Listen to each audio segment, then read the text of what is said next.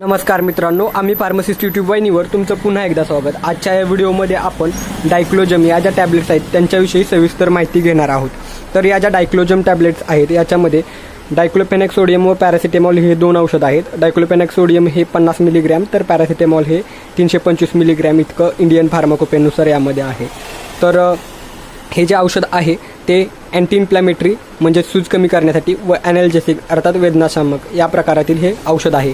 तर आता आपण बघूया की कोणकोणत्या परिस्थितीमध्ये हे औषध वापरलं जातं।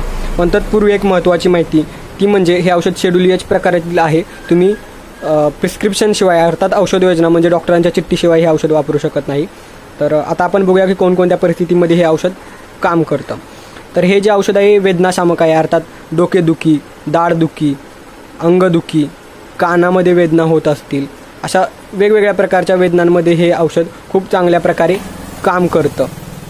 तर अशा प्रकारे एक चांगलं वेदनाशामक औषध आहे। तर आता आपण दुसरी महत्त्वाची माहिती घेऊया ती म्हणजे हे जे औषध आहे ते कोणी कोणी वापरायचं नाही। जर तुम्हाला लिव्हरचा त्रास असेल तर डॉक्टरांच्या सल्ल्याशिवाय तुम्ही हे औषध वापरायचं नाही आहे।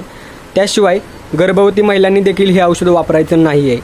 शिवाय 14 वर्षांपेक्षा कमी वय असणाऱ्या लहान मुलांमध्ये सुद्धा हे औषध वापरायचं नाही। अगदी लहान वय आहे म्हणून अर्धी गोळी सुद्धा त्यांना द्यायची नाही। लहान मुलांसाठी वेगवेगळी वेदनाशामक औषधं असतात। अगदी खास करून पॅरासिटामॉल हे त्यांच्यामध्ये बऱ्यापैकी सेफ आहे, त्यामुळे ते पातळ औषध स्वरूपात असणारे ते औषध तुम्ही वापरू शकता। पण ही टॅब्लेट 14 वर्षांपेक्षा कमी वयाच्या मुलांमध्ये वापरायची नाही। आता दुसरी अशी महत्त्वाची माहिती ती म्हणजे या औषधांचं तुम्ही म्हणजे वेदनाशामक आहे चांगल्या प्रकारे काम करते म्हणून तुम्ही या गोळ्यांचं जास्त सेवन करायचं नाही आहे। तुम्ही दिवसा जर तुम्ही एका वेळी जर जास्त डोस घेत असाल तर याचा तुमच्या यकृतावर लिव्हरवर खूप गंभीर परिणाम होऊ शकतो, लिव्हर टॉक्सिसिटी होऊ शकते। त्यामुळं जास्त गोळ्या एका वेळी घ्यायच्या नाहीत। या जेवढा डॉक्टरांनी डोस सांगितलेला आहे त्या प्रकारेच घ्यायचा आहे। दिवसाला सकाळी एक गोळी घेतली तर नंतर लगेच पुन्हा जास्त गोळ्या घ्यायच्या नाहीत। डॉक्टरांनी जेवढा डोस सांगितला आहे तेवढाच घ्यायचा आहे।